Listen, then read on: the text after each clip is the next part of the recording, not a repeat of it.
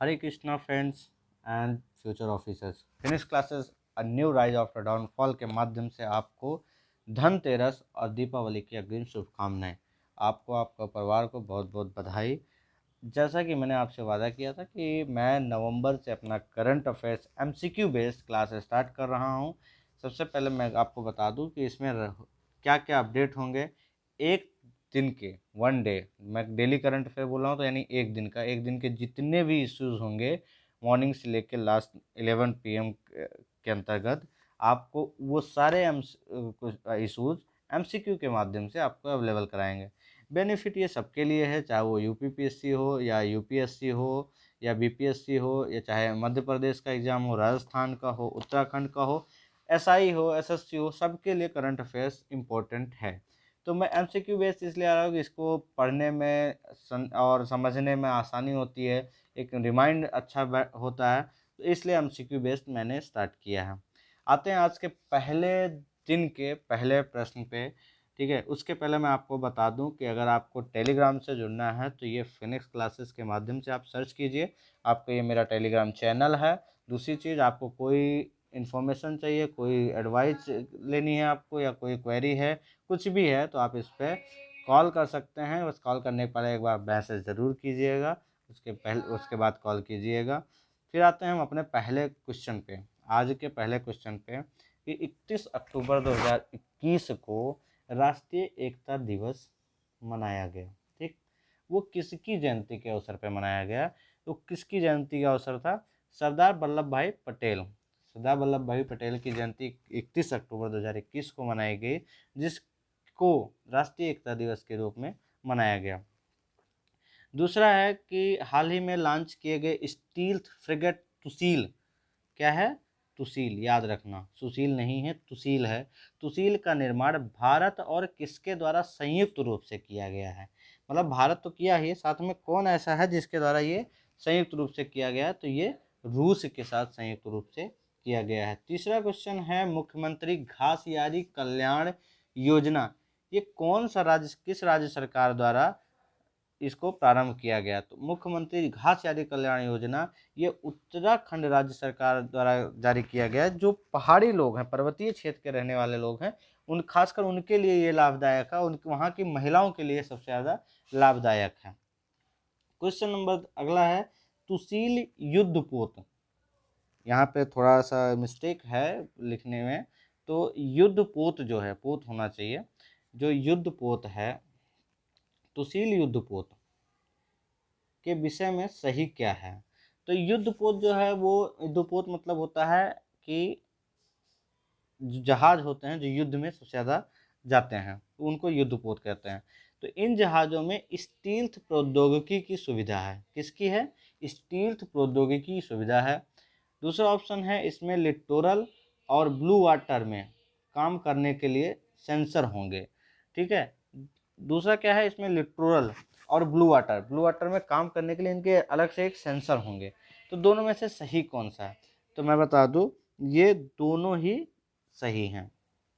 Question number अगला है, श्वास, स्टार और सफल, क्या है? श्वास, स्टार और सफल हाल ही में खबरों में रहे हैं, तो ये है क्या, क्या किस चीज़ को संदर्भित करता है? तो ये हाल ही में, जैसे अब दिवाली आ रही है तो हरित पटाखों का यूज ज़्यादा होगा, तो ये हरित पटाखे हैं। ठीक है, तीनों क्या हैं, क्या हैं? ये हरित पटाखे हैं। क्वेश्चन नंबर अगला है, किसमें निम्नलिखित में से किस वर्ष को भारत आसियान, क्या है, भारत आसियान जो है मैत्री वर्ष घोषित किया गया? मतलब कौन से वर्ष को भारत आसियान मैत्री घोषित किया गया है? तो वो है 2022 को। ठीक है, अब आसियान क्या है? आसियान का सबसे पहले क्वेश्चन है कि आप लोग कमेंट में जरूर बताइए, आसियान का सचिवालय कहाँ पे है? तो आसियान का जो सचिवालय है वो है जकार्ता। अब जकार्ता कहाँ पे है? जकार्ता इंडोनेशिया में है। इसका आदर्श क्या है? भारत जो आसियान, भारत आसियान मैत्री वर्ष है, इसको आदर्श क्या है? एक दृष्टि, एक पहचान, एक समुदाय, ये इसका आदर्श है। क्वेश्चन नंबर है, नारकोटिक्स कंट्रोल ब्यूरो सीधे किसके अंतर्गत है?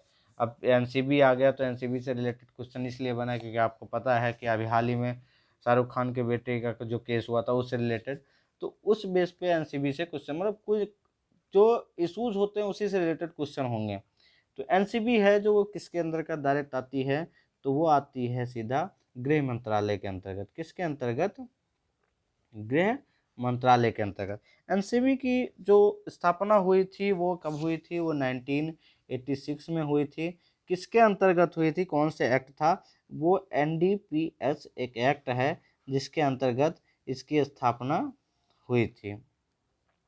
क्वेश्चन अगले पे आते हैं। यदि एक देश में एक उच्च गिनी गुणांक होता है, अगर वो कम हो जाए, मतलब ये उच्च गिनी गुणांक जो है वो दर्शाता है, वो उस देश को के बारे में क्या दर्शाता है? अगर उसका उच्च गिनी गुणांक है तो उसका उच्च गिनी गुणांक अगर ज़्यादा है तो वो दर्शाएगा कि वो उच्च असमानता वाला देश है। ठीक है। अब गिनी गुणांक क्या है? किसी देश की निवासियों की आय जो है, ठीक है, आय और साधन विवरणों को मापने का प्रयास करता है। इसका क्या है? ये असमानता के मापन के रूप में अधिकतम इसका उपयोग होता है। क्वेश्चन नंबर अगला है कि लोकसभा का मुखिया कौन कहलाता है? लोकसभा का मुखिया कौन कहलाता है? ठीक है, तो राष्ट्रपति क्या है? ये प्रमुख हैं। किसके? सरकार के, राज्य के प्रमुख कहलाते हैं। राज्य का मुखिया, सरकार का मुखिया कौन कहलाता है? प्रधानमंत्री। और तीसरे जो हैं अध्यक्ष जी हैं, जो लोकसभा अध्यक्ष होते हैं, वो लोकसभा के क्या? मुखिया कहलाते हैं। तो याद रखना लोकसभा का मुखिया कौन है? अध्यक्ष जी हैं। क्वेश्चन अगला है, हाल ही में विकसित लंबी दूरी के बम से संबंधित कौन सा सही है? लंबी दूरी के एक बम का निर्माण हुआ है भाई, वो किससे रिलेटेड, उसके संबंधित क्या सही है? तो इसे डीआरडीओ ने भारतीय सेना के साथ मिलकर विकसित किया, पहला ऑप्शन है। दूसरा ऑप्शन है कि ये 700 किलोमीटर तक की रेंज लक्षित करने की सीमा है। तो आप अब ये दोनों ऑप्शन आपके सामने है, दोनों में से दोनों गलत है, क्योंकि इसकी जो रेंज है वो आप 50 से 150 के बीच में है। कब कितने? 50 से 150 रेंज की है। और ये भारतीय सेना नहीं, भारतीय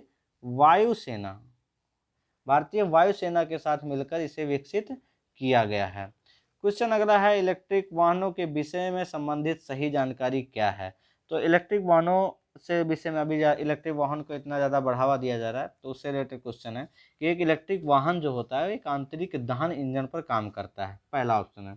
दूसरा ऑप्शन है कि राष्ट्रीय इलेक्ट्रिक मोबिलिटी मिशन जो योजना है वो 2030 तक सड़कों पर कम से कम 30% वाहनों के इलेक्ट्रिक होने के लिए प्रतिबद्ध है। तो ऑप्शन दूसरा जो है वो सही है, पहला गलत है, क्योंकि एक आंतरिक दहन इंजन पर काम नहीं करता है, ये करता है एक इलेक्ट्रिक मोटर पर संचालित होता है। जो इलेक्ट्रिक वाहन है वो इलेक्ट्रिक मोटर पर संचालित होता है। जब ईंधन और गैस का मिश्रण को जलाया जाता है तो उसमें बिजली उत्पन्न होती है, इसके माध्यम से स्टार्ट होता है। अगला क्वेश्चन है, किसके द्वारा हरित हाइड्रोजन निर्मित होती है? तो हरित हाइड्रोजन जो निर्मित होती है, याद रखना, हरित हाइड्रोजन पानी के विद्युत अपघटन से स्टार्ट होती है। किससे होती है? पानी के विद्युत अपघटन से। क्वेश्चन नंबर अगला है, हाल ही में किस देश द्वारा green day ahead market GDAM का शुभारंभ किया गया है? तो ये किया गया है किसके द्वारा? भारत के द्वारा। इसमें क्या है कि एक जो GDAM है ये भारत की दुनिया का एकमात्र बड़ा बिजली बाजार है। ठीक है, एक मात्र बड़ा बिजली बाजार है जिसने विशेष रूप से इस अक्षय ऊर्जा के लिए, मतलब ग्रीन एनर्जी के लिए, ग्रीन डे अहेड मार्केट लागू किया है। ये याद रखना, भारत का मतलब दुनिया का एकमात्र देश, ये याद रखना। हाल ही में किस राज्य ने सबसे सतत परिवहन प्रणाली वाले शहर के लिए पुरस्कार जीता है? तो ये ऑप्शन है केरल। केरल जो है वो सबसे सतत परिवहन प्रणाली वाले शहर के लिए पुरस्कार जीता है। क्वेश्चन अगला है, धूसर लंगूर जिसे ग्रे लंगूर भी कहते हैं उसके विषय में क्या सही है? हाल ही में ग्रे लंगूरों को सेमनोथिथेकस